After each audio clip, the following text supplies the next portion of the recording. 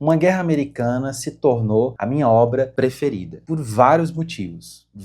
Mas principalmente pela história em si. A história que o autor apresenta aqui pra gente, a gente pode colocar que ela tem duas camadas. Na verdade, ela tem várias camadas. E dentro dessas camadas, que a gente também pode chamar de enredos, para não ficar muito chato, muito técnico, a gente pode colocar como camadas. Imagina que o livro ele tem várias camadas como uma espécie de cebola. O autor ele começa apresentando pra gente esse contexto através de um narrador personagem. Esse narrador personagem ele está escrevendo um prólogo em primeira pessoa. E aí a gente só vai descobrir, a gente só vai entender quem é esse personagem, só vai fazer sentido pra gente lá no final. Aí alguém pode pensar assim, ah, mas que coisa chata, a gente tem que terminar de ler a obra pro início da obra fazer sentido. É aí que tá a parada do Akkad. Esse jogo que ele faz, essa brincadeira que ele faz que torna a obra sensacional. No início, demora um pouquinho para engatar ali o ritmo, para você entrar no ritmo da obra. Mas depois, quando você entra no ritmo, quando as coisas se encaixam, quando você entende ali a proposta do autor, a parada vai num ritmo muito tranquilo, né?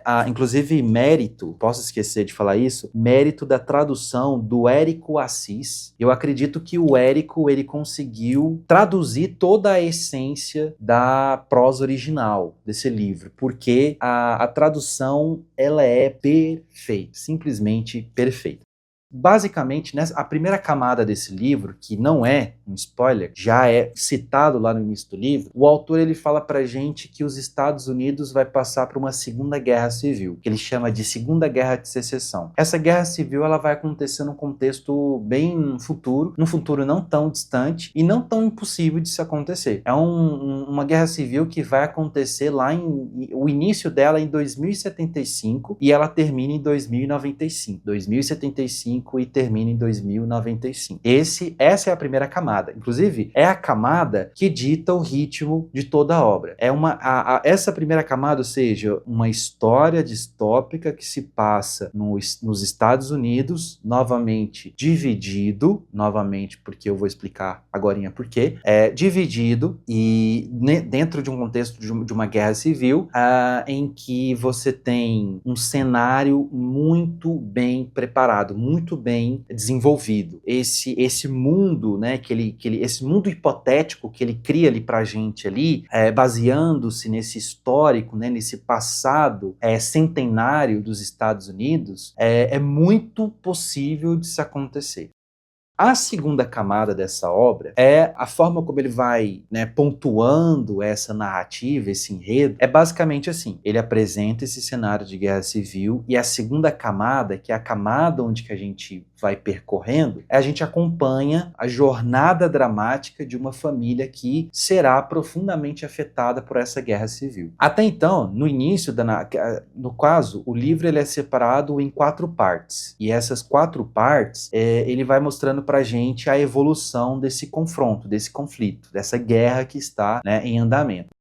Na segunda camada, como eu já falei, comecei a falar lá atrás, a gente acompanha uma família, você tem ali os pais, né, mãe, pai e 3 filhos, 2 meninas, o menino mais velho, as 2 meninas são gêmeas. Ali, no início do livro, elas devem ter de 6 a 7 anos, mais ou menos ali, por essa faixa etária, mais ou menos. E aí a gente passa então a acompanhar, desde o primeiro capítulo, essa família que vai sofrer primeiro com essas mudanças climáticas e também vão, nesse contexto de mudanças climáticas, sofrem também de forma direta e de forma indireta os impactos dessa guerra civil. Então a gente acompanha essa família, uma família chamada Família Chestnut, e a gente vai acompanhando a trajetória dessa família. Como eu falei lá atrás, o livro é dividido em 4 partes. Essas 4 partes a gente vai acompanhando o desenrolar dessa história e quanto mais a gente começa ali em 2075 e quando a gente chega lá na 4ª parte, na última parte do livro, nós estamos em janeiro se não estiver enganado, em janeiro de 2095, ou seja, o ano que já acabou a guerra, o ano de conclusão dessa guerra. Então, quanto mais a gente vai se aproximando do fim da guerra, a condição dessa família, ela melhora, depois piora, melhora, depois piora. E aí, meus caros amigos, caras amigas, conforme a gente vai acompanhando o desenrolar da jornada dessa família Chesney, e a gente descobre ali, a gente identifica da primeira parte para a segunda parte,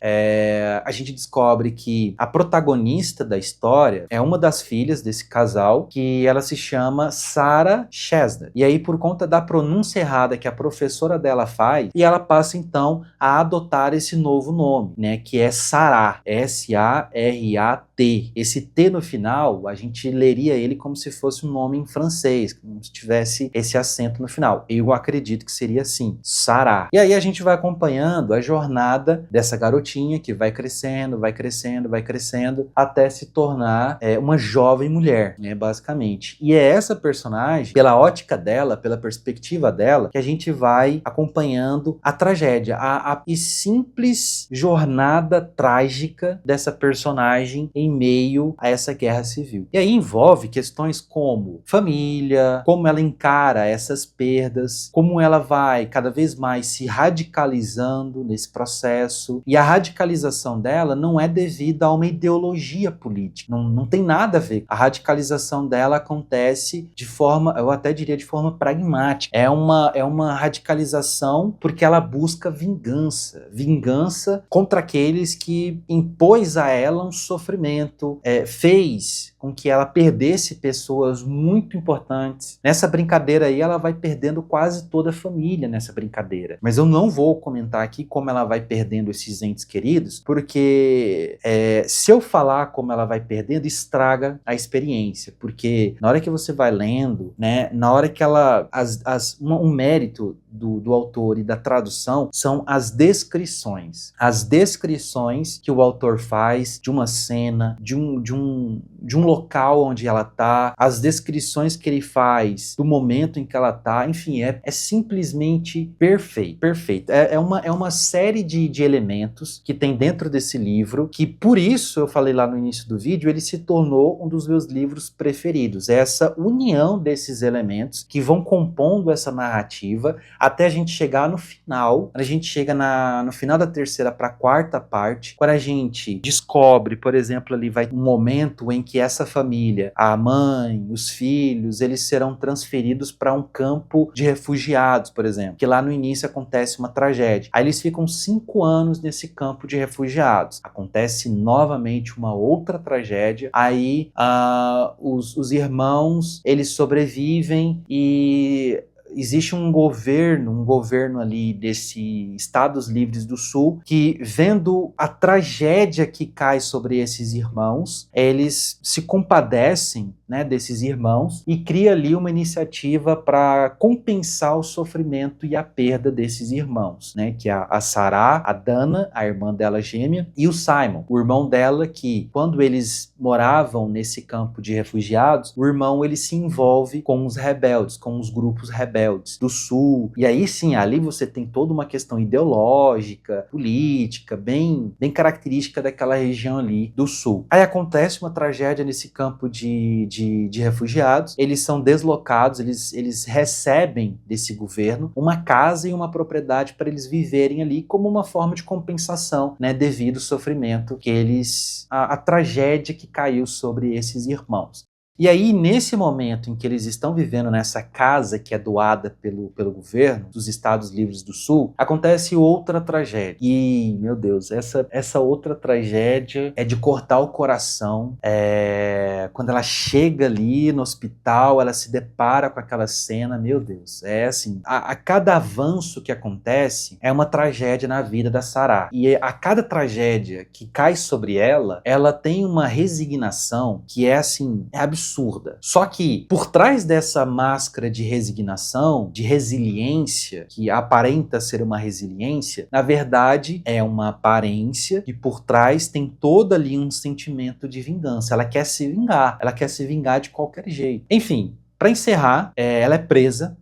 Eu acho que é o trecho mais horroroso, mais horrível dessa coragem que ela tem, dessa superação que ela tem. Mas vai chegando um momento que durante ela fica, o tempo que ela fica presa numa prisão chamada Pão de Açúcar, é uma prisão que levam os presos políticos e ali eles são torturados, né, em troca de informações e assim por diante. Então ela fica 7 anos e 7 anos de tortura ininterruptas, sendo torturada, tanto que ela fica com muitas sequelas, né? E aí você tem esse outro aspecto, né, que o autor ele coloca no livro. Quando ela sai da prisão, né, quando ela é libertada, quando não há mais motivo dela ficar presa ali na prisão, presa na prisão é ótimo. As descrições que o autor faz das sequelas que vai ficar no corpo dela, e aquilo ali nunca mais vai sair. A guerra vai acabar, mas as marcas que ficam no corpo dela, as cicatrizes, a violência física, a violência mental, psicológica que ela sofreu, aquilo nunca vai desaparecer, aquilo nunca vai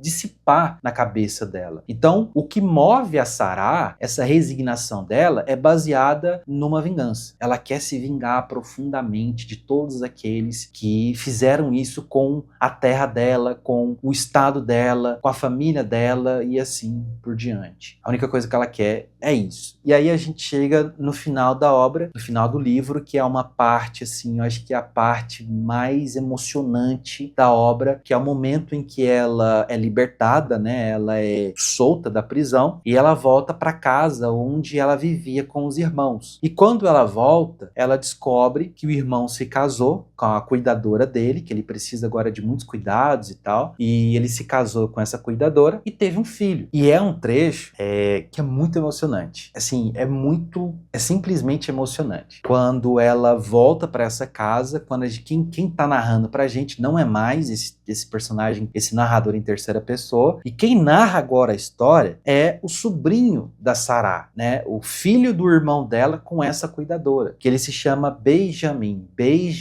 Chesney, que é uma homenagem que eles fazem, né? O irmão e a esposa, eles fazem uma homenagem ao pai, o avô, que ele não conheceu. Cara, isso é muito foda. Cara, é muito foda. Que, inclusive, é uma criança que tem a mesma idade dela quando a gente começa a ler a história. Isso é, assim...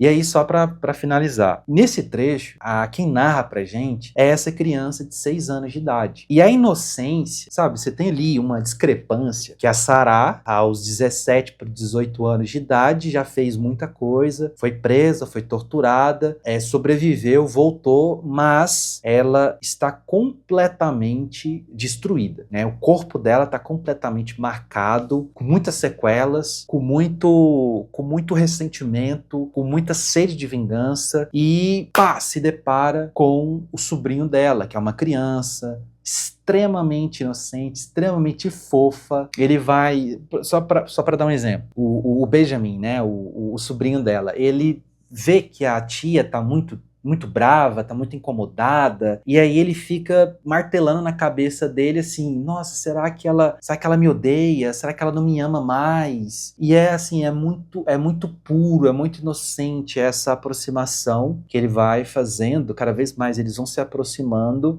o sobrinho da tia, a tia desconhecida, a tia esquisitona, e é muito incrível. É simplesmente um dos finais mais perfeitos, é triste, é um drama, obviamente, mas é um dos finais assim mais incríveis que eu já li numa obra de ficção. Esse final que é narrado pelo sobrinho. E aí ela faz lá uma parada, um cara das antigas chega pra ela e fala assim, ó, eu tenho uma proposta pra te fazer. Eu tenho aqui uma proposta que você pode... A guerra acabou, você tá ligada, né? A guerra acabou e os dias lá do passado não vão voltar, mas eu conheço uma pessoa que pode te dar nas suas mãos uma coisa que você pode se vingar de todo mundo e lavar a sua alma. Você topa fazer isso? Aí ela topa. Topo demais. Topo muito.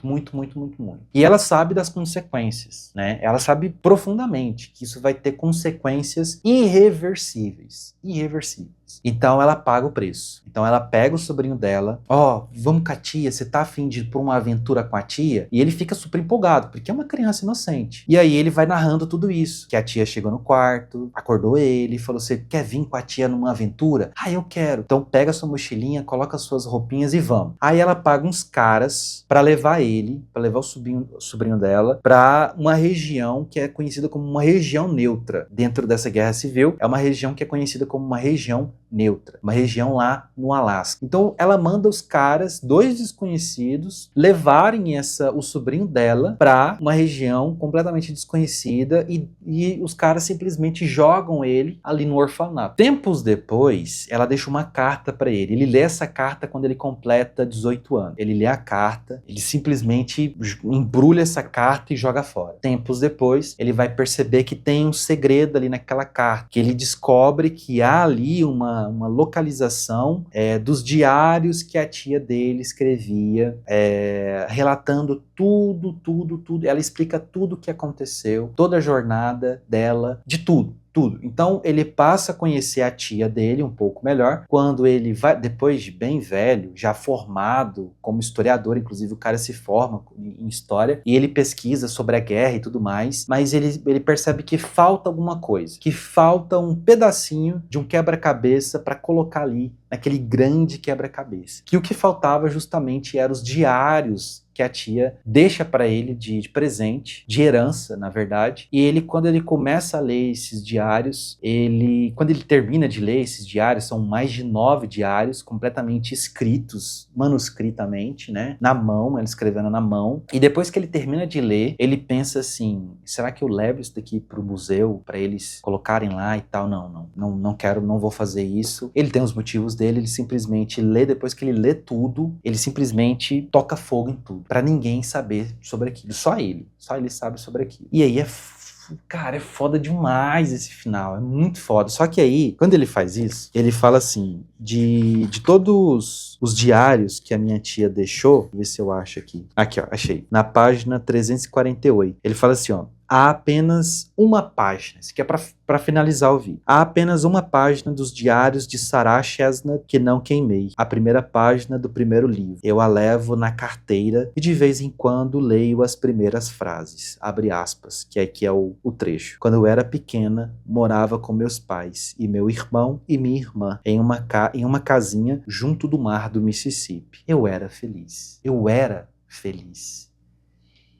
Assim, quando você chega aqui, maluco, é assim, é perfeito. É simplesmente perfeito. Quem gosta, né, dessa pegada, uma pegada de distopia, mas não muito clichê, ela não é muito clichê, só alguns elementozinhos, mas para quem gosta de ver esse processo de formação, essa trajetória, essa jornada, que não é para uma jornada uma jornada vitoriosa, pelo contrário, é uma via sacra que a personagem ela vai passando de muito sofrimento, de muita provação, e no final ela realmente consegue cumprir a vingança que ela queria cumprir. Justamente no dia que o presidente do Estado do Norte e os representantes do Estado do Sul, justamente no dia marcado para assinar o dia da reunificação. É uma data muito simbólica, que depois que lá na hora do evento, ela faz a vingança dela justamente na hora desse evento, na assinatura da reunificação. Aí tem uma parte lá no livro,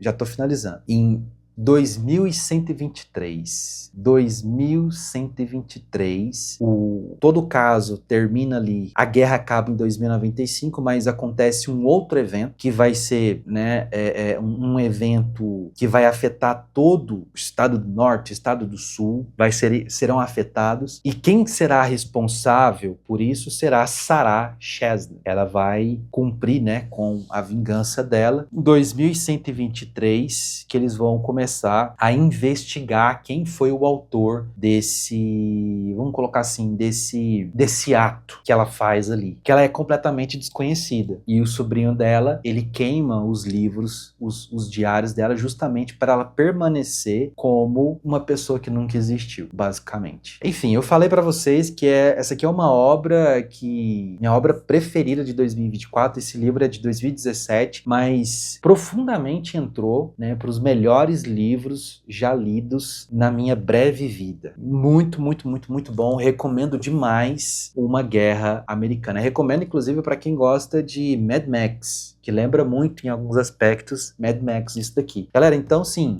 agradeço demais, né, a galera que ficou até aqui assistindo o vídeo. E aquela coisa, se você esqueceu lá atrás, lá na frente, deixa o like, se inscreve, compartilha, assina o sininho. Vamos dominar até 1000 inscritos. Vamos lá, chegar em 1000 inscritos. E é isso, eu agradeço demais. Vai aparecer mais 2 vídeos aqui. Aproveita para assistir e a gente se vê na próxima. Valeu, tchau, tchau.